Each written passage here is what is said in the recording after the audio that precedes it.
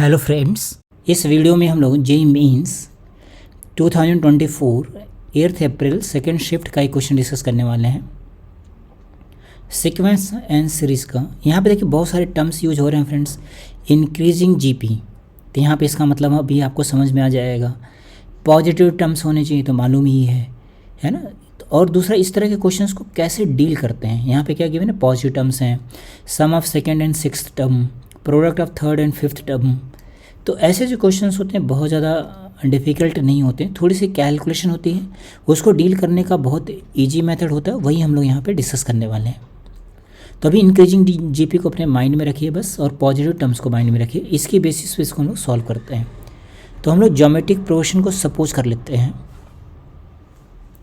Geometric progression हमारे पास क्या हो गया, A R square, A R cube, A R raise to 4, A R raise to 5।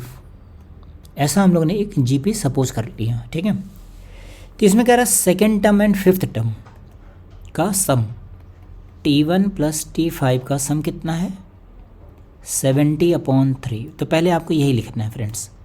तो second term हो गया ए आर, और फिफ्थ टर्म हो गया है A R raise to six term हो गया ए आर रेज़ टू 5। इसकी वैल्यू गिवन है 70/3। तो अभी इसको हम लोग ऐसा ही लिखा रहने देते हैं। ये हमारे पास एक रिलेशन हो गया। दूसरा रिलेशन क्या दे रखा है, product of the third term T3 and T5 कितना गिवन है, 49। अब इसको ज़रा लिखें, T3 कितना हो गया, ए आर स्क्वायर, T5 कितना हो गया, ए आर रेज़ टू 4। इसकी वैल्यू है 49। थोड़ा सा सिंप्लीफाई करके देखें, ये लिखा हुआ है A R raise to 3 whole square equals to 49। तो अगर हम लोग यहाँ से इसका रूट हटाएंगे तो यह आ जाएगा 7 या फिर -7। तो यहाँ पे -7 तो पॉसिबल ही नहीं है, बिकॉज पॉजिटिव टर्म्स थे। तो इसका मतलब ये कैंसिल आउट हो गया, ठीक ना। तो आपके पास ए आर क्यूब की वैल्यू आ गई 7। एक रिजल्ट हमारे पास इस तरह से जनरेट हुआ। इसका यूज हम लोग यहाँ पे करके देखें तो इसको लिखेंगे हम लोग 7/r स्क्वायर, ये आ जाएगा 7r स्क्वायर इक्वल्स टू 70/3। तो यहाँ से हमारे पास फ्रेंड्स वैल्यू आ गई 1 plus r⁴ upon r square equals to 10/3। तो ज़रा इसको इक्वेशन फॉर्म कर लेते हैं। कितना आ गया, 3r⁴ -10 r square plus 3 equals to 0। इसके फैक्टर्स लिखें तो हो जाएगा 3r square -1 and r square minus का 3 इक्वल्स टू 0। तो यहाँ से r के हमारे पास दो वैल्यूज़ आ गई। एक आ गया 1/√3, दूसरा आ गया r की वैल्यू √3, तीसरा आ गया r की वैल्यू -1/√3 और माइनस का √3। ये वाली वैल्यू तो डायरेक्टली कैंसिल आउट हो गई बिकॉज पॉजिटिव था। देखिए यहाँ पे जो टर्म्स हैं वो पॉजिटिव है। ये जो टर्म्स लिखे हैं फ्रेंड्स, इसका बहुत ज़्यादा मीनिंग होता है। तो पॉजिटिव जो टर्म्स थे उसकी वजह से कैंसिल आउट। दूसरा लिखा हुआ ये इंक्रीजिंग ज्योमेट्रिक प्रोग्रेशन है। इंक्रीजिंग ज्योमेट्रिक प्रोग्रेशन का मतलब होता है जो कॉमन रेशियो है वो 1 से बड़ा होना चाहिए। इसका मतलब ये वाला पार्ट हम लोग नहीं ले सकते हैं।